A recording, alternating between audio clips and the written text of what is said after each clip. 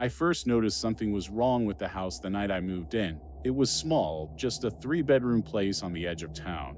Old enough to have character, but not so old that it should have felt haunted. I didn't believe in ghosts anyway. I was exhausted from hauling boxes all day, running on nothing but gas station coffee and the excitement of finally owning my first home.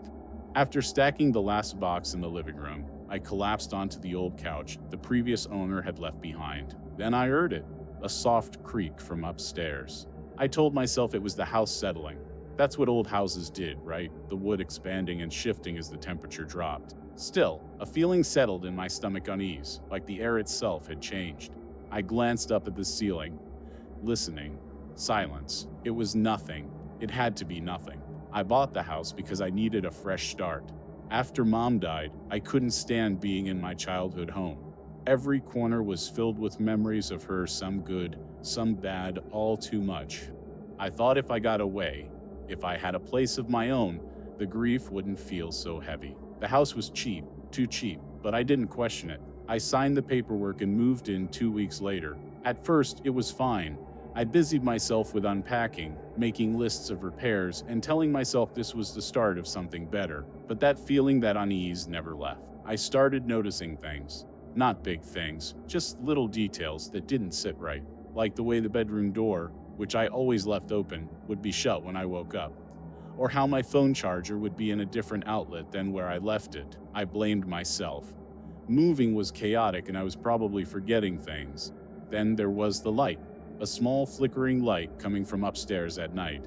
I'd see it from the living room, a faint glow leaking through the cracks of the floorboards. I checked the second floor, but there was nothing, just my empty bedroom, a guest room filled with unopened boxes, and a bathroom with an old clawfoot tub. I told myself it was the way the streetlights outside hit the windows. That was easier than considering the alternative. One night, I woke up to the sound of my bedroom door creaking open. I jolted upright, heart hammering. The room was dark, but the door was open just enough that I could see the hallway beyond it. I reached for my phone, turning on the flashlight. The hallway was empty. I forced myself to get up, checking every room. Nothing was out of place. Then, as I was heading back to bed, I glanced out the window and saw someone standing in the yard. A tall, thin figure, motionless, watching me. I stumbled backward, heart slamming against my ribs. I blinked, and the figure was gone. I barely slept after that. The next morning, I searched the entire house. I didn't know what I was looking for: footprints, a broken window, anything that could explain what I saw. That's when I found the trapdoor. It was in the hallway ceiling, a square panel with a pull string, the attic. I hadn't noticed it before. My stomach twisted. That flickering light. Could it have been coming from up there? I stared at the trapdoor for a long time before finally shaking my head and walking away. I didn't want to know. The knocking started a week later. Soft taps at first, like something barely brushing against the walls. Then one night, as I lay in bed, I heard it again. Knock, knock, knock. Not at the door, not at the windows. From inside the walls. I sat up, my throat dry. The knocking grew louder, more insistent. It was coming from the ceiling, from the attic. I grabbed my phone, my fingers shaking as I dialed 911. Before I could press call, the knocking stopped. I held my breath, straining to hear. Silence. I didn't call the police. What would I even say? That my house was making noises. I stayed awake until the sun came up. A few days later, I heard whispering. At first, I thought it was coming from outside. But when I stood by the window, I realized it was inside the house, inside the walls. I pressed my ear against the plaster, my pulse pounding. A voice, too faint to make out, but constant, like a low murmur threading through the house. I backed away, my skin crawling.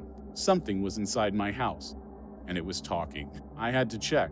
I didn't want to, but I had to. I grabbed a flashlight and a knife from the kitchen. Ridiculous, I know, but it made me feel safer. My hands shook as I pulled the attic string. The door swung down, revealing a wooden ladder leading up into the darkness. I took a deep breath and climbed. The attic was colder than the rest of the house. Dust hung in the air, swirling in the beam of my flashlight. And then I saw it. Footprints. A trail of them, imprinted in the dust, leading to a corner where the insulation had been pulled away. A small space had been carved out. A hiding place. I stepped closer, my stomach twisting. There was something in the corner, a bundle of fabric. I reached out, nudging it with the tip of my flashlight. A blanket, a pillow, empty food wrappers. Someone had been living here. I staggered backward, the floor creaking beneath me. Then, behind me, a creak, the sound of someone shifting their weight. I spun around, heart in my throat, flashlight flickering. A face, pale, thin, stretched into a grin too wide for a human mouth. Its voice came in a whisper, threading through the attic like silk. "You found me." The flashlight went out, and the last thing I felt was something cold wrapping around my throat. I woke up in a hospital bed. The neighbors had heard me screaming and called the police. They found me on the floor of my bedroom, unconscious. They didn't find anyone else, but there was a hole in the attic wall, a tunnel leading down into the walls of the house. Someone had been living there, watching me, whispering to me. I never went back. I sold the house at a loss, left everything behind. But sometimes at night, I still hear it, a whisper. Soft, almost affectionate. "You found me." I first noticed the smell before anything else. It was faint at first, just a whisper of something musty beneath the fresh paint and lemon-scented cleaning products the real estate agent had used to make the house seem more inviting. I chalked it up to old wood or dust settling in the air vents. The house was mine now, after all. Any weirdness would just take some getting used to. I had been searching for a fresh start, and this place seemed perfect, a modest 2-story house in a quiet neighborhood, far enough from the city that I could finally get some peace. The price was almost too good to be true, but I wasn't in a position to question my luck. So I signed the paperwork, packed up my things, and moved in the following weekend. That first night, the smell was stronger. And worse, I wasn't sure if I was the only one in the house. I'm not someone who gets scared easily. My name is David Carter, 32 years old, a freelance graphic designer. I'm the kind of guy who lives in his own head most of the time, more comfortable behind a screen than in social situations. I wasn't running from anything when I bought the house, no tragic past, no recent breakup. I just wanted a place to call my own.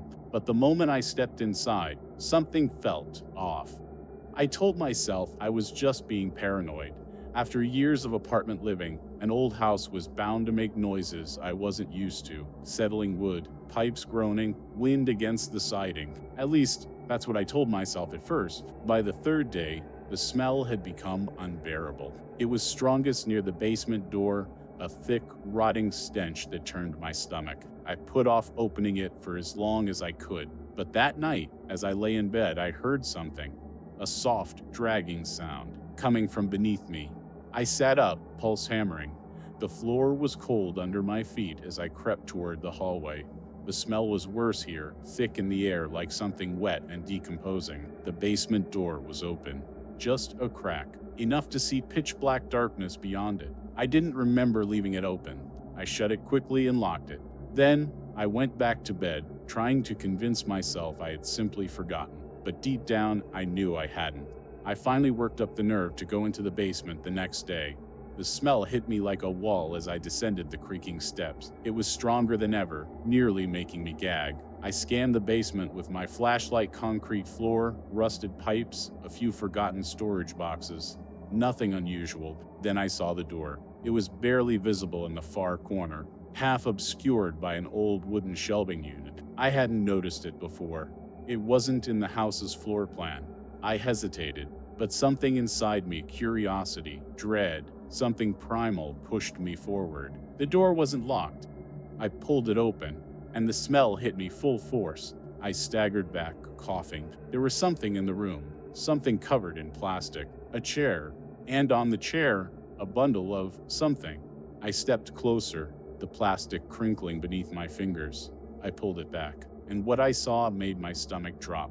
Fingernail scratches, deep gouges in the armrests, the wood splintered and raw. Whoever had been in this chair had fought. I backed away, heart pounding. That's when I noticed the other thing. The chain, hanging from the ceiling just above the chair. This wasn't just a storage room. This had been a prison. That night, I barely slept. I kept telling myself I should call someone, the police maybe, but what would I even say? All I had was a chair in a hidden room. No crime, no evidence, just unease. I told myself I'd deal with it in the morning. Then, just as I was drifting off, I heard it, footsteps. Slow, deliberate, coming from the basement. I lay there, frozen. Then, the basement door creaked open. I held my breath. Soft footsteps, moving up the stairs. The doorknob rattled. I grabbed my phone, my hands shaking as I dialed 911. Before I could press call, the footsteps stopped. Silence. Then the door clicked shut, like whoever was down there had changed their mind. I stayed up until dawn, clutching a kitchen knife, waiting for the police to arrive. They found nothing. No forced entry, no footprints. The basement was empty, but the chair was gone. I should have left, but something held me there. A stubbornness? A need to understand? I don't know. That last night, the house felt different. Not empty, like it was watching me. I locked every door, every window. I sat in my bedroom, the knife clutched in my hand. Then the smell came back, and the whispering. A soft, wet voice just outside my bedroom door. I never left. The doorknob turned. I ran. Out of the room, down the stairs, out the front door, into the night. I never went back. I sold the house, took a loss, didn't care. But sometimes, even now, I wake up in the middle of the night, and I smell it. That sickly, rotting stench. Like something is still waiting for me to come home. The first time I heard my name coming from the walls, I laughed. It wasn't the laugh of someone who thought it was funny, more like the kind of laugh you give when you're alone and trying to convince yourself something didn't just happen. I was in the kitchen, unpacking the last of my boxes when it happened. My name spoken in a soft, almost questioning tone. Ethan? Ethan? I turned so fast I knocked a glass off the counter. It shattered at my feet, but I barely noticed. The house was empty. I had lived alone for 5 years, and yet, the voice had come from inside the walls. I bought the house because I needed a change. After my fiancée, Anna, left, I couldn't stand living in the same cramped apartment filled with memories of her. Every corner had a ghost, her laughter in the kitchen, her humming in the shower, the way she used to sit cross-legged on the couch, sketching absent-mindedly. I needed space, something new. So when I found a 3-bedroom house on the outskirts of town for an insanely low price, I jumped on it. It wasn't perfect. The floors creaked, the pipes groaned, and the previous owner had let the place fall into disrepair. But it had potential, a fresh start. Or so I thought. The first few nights were uneventful. Then the little things started. Doors I was sure I had closed would be slightly open in the morning. Objects would move just enough to make me question myself, my keys an inch to the left. A cabinet door cracked when I swore I had shut it. The house made strange noises too. Not just the usual creaks and groans of an old home settling, but something else, a faint rustling inside the walls, like movement. At first, I chalked it up to mice or squirrels, but no matter how many traps I set, I never caught anything. Then came the whispering. It always happened late at night, when the house was silent. A whisper just below the threshold of understanding, a murmur in the walls. At first, I thought it was the wind, maybe the pipes. But then one night, as I lay in bed staring at the ceiling, I heard it clearly. Ethan. It wasn't a question this time. It wasn't soft. It was close. I sat up so fast my vision swam. My heart pounded against my ribs. I grabbed my phone, turned on the flashlight, and shined it around the room. Nothing. I told myself I was dreaming, that I had imagined it. But deep down, I knew better. A week later, I found something strange. I had been cleaning out the basement, moving old furniture left behind by the previous owner, when I noticed something odd about the wall. The paneling didn't match. I ran my fingers along the edge and felt it a seam, a door frame, a hidden door. My pulse quickened as I pried at the edges, finally wedging it open. A rush of stale air hit me, thick with the scent of rot and dampness. Inside was a small, windowless room, and in the middle of the floor, scratched deep into the concrete, was a single word: Ethan. That night, I had a dream. I was standing in the hidden room, staring at the scratched name on the floor. But something was different. The walls weren't solid anymore. They pulsed, like something was breathing beneath them. And then they began to move. A shape pushed outward from inside the wall, stretching the surface like fabric. Long, thin fingers pressed through, straining against the barrier. Then a face. Its mouth opened, and the whisper came. But this time, it was a scream. Ethan. I woke up gasping, drenched in sweat. But as I sat up in bed, trying to catch my breath, I realized something. The whispering hadn't stopped. It was still happening. And it wasn't coming from a dream. It was coming from inside the walls. I should have left. I should have packed my things and never looked back. But I had to know. I had to see. So, I went back to the hidden room. I brought a crowbar, something inside me screaming that I needed to open the wall, that I needed to let it out. As soon as the first plank of wood splintered away, the whispering turned to laughter, a low, rasping chuckle, vibrating through the walls like something had been waiting for this moment. The air turned thick, suffocating. My vision blurred, darkness curling at the edges. Then, something stepped out. It unfolded from the wall like a shadow peeling away from the light. Tall, thin, wronged. It had no eyes, but I knew it was looking at me. I couldn't move, couldn't breathe. It reached out, fingers stretching unnaturally long, brushing against my chest. Cold, so cold. And then, in a voice that wasn't a whisper anymore, a voice that filled the entire house, rattling the walls, it spoke. "You let me out. I don't remember leaving. I don't remember running to my car, driving blindly through the night, or ending up at a motel 3 towns away. All I remember is the laughter. I sold the house to the first buyer who came along. I didn't care about the money. I didn't even go back for my things. I've been staying with my brother ever since, trying to forget. But sometimes, at night, when everything is silent, I swear I can still hear it. A soft rustling inside the walls, a voice, calling my name, and laughing. I heard it my first night in the house. A noise. Not the usual kind, not the creaks of an old foundation settling or the wind groaning through forgotten cracks. This was different, intentional. A single, deliberate footstep. It came from upstairs. I sat on the couch, frozen, my hands still clutching the half-empty beer bottle I'd been nursing since unpacking my last box. The house was empty.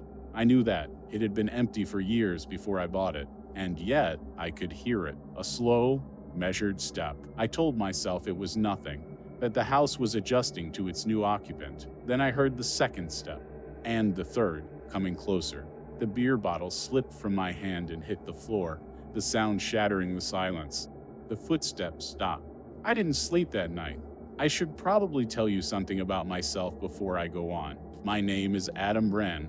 I'm 34 years old. No wife, no kids. I work in it, and for the past 10 years, I've lived in tiny apartments, always surrounded by the noise of neighbors through paper-thin walls. I wanted something different, a place of my own. This house was exactly what I was looking for. A modest 2-story home on the outskirts of a quiet town, nestled between thick trees. The price was too good to pass up. The agent said the previous owner had abandoned it, left in a hurry. That should have been a red flag. It wasn't. By the end of the first week, things in the house weren't where I left them. At first, it was small things.